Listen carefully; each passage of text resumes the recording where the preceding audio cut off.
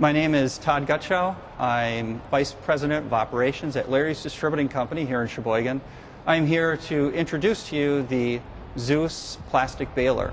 One of the reasons I like this unit is it's very inexpensive.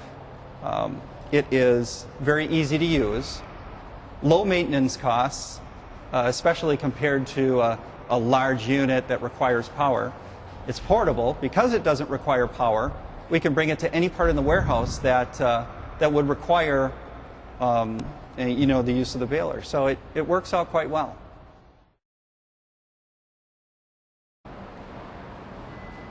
The first step in using the machine is to thread it.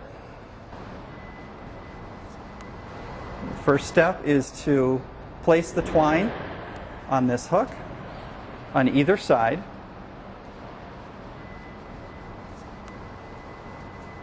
Oops.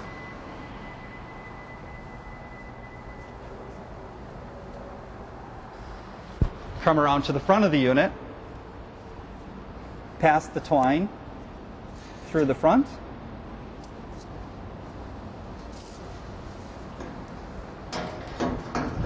close the unit up, and you're ready to go.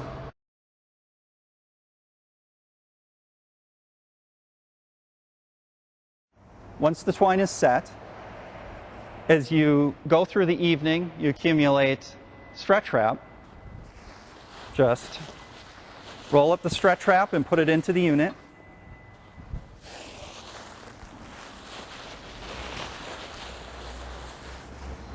Until you get it to a certain height. And by certain height, I mean when it reaches the top of the unit, just like this. You press it down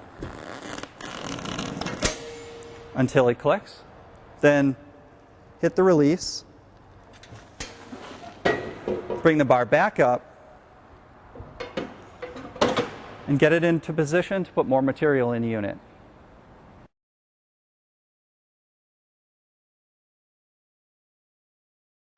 You know you're nearing completion when the compression level reaches about near the top, right here. And of course, another way to tell is when compression becomes rather difficult. Okay, when we're finished with compression, we need to tie off the bale. So we take these. And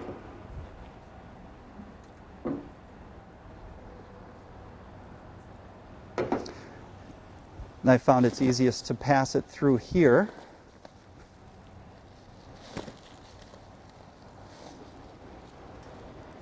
Make sure it's lined up properly.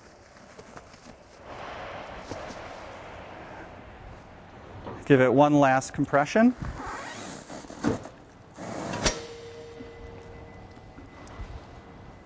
And then tie the units off while it's compressed. Once the twine is through the loop, pull it tight and tie it off.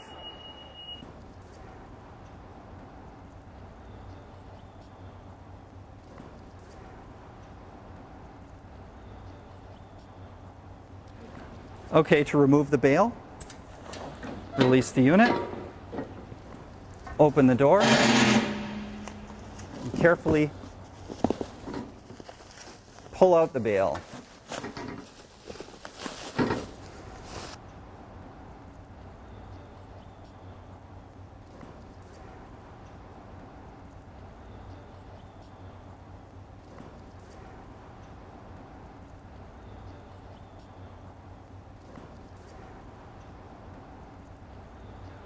I like the unit personally because it's mobile. Our guys can take it from one area to another, wherever it's needed, and it's not powered, so we don't need a power cord. It's inexpensive, which is always great from a manager's point of view, but we can actually have 1, 2, maybe even 3 of these units, maybe even more for the cost of one of the larger powered baling units. Well, before this, all we would do is throw loose material into giant Gaylord boxes, which took up a ton of space.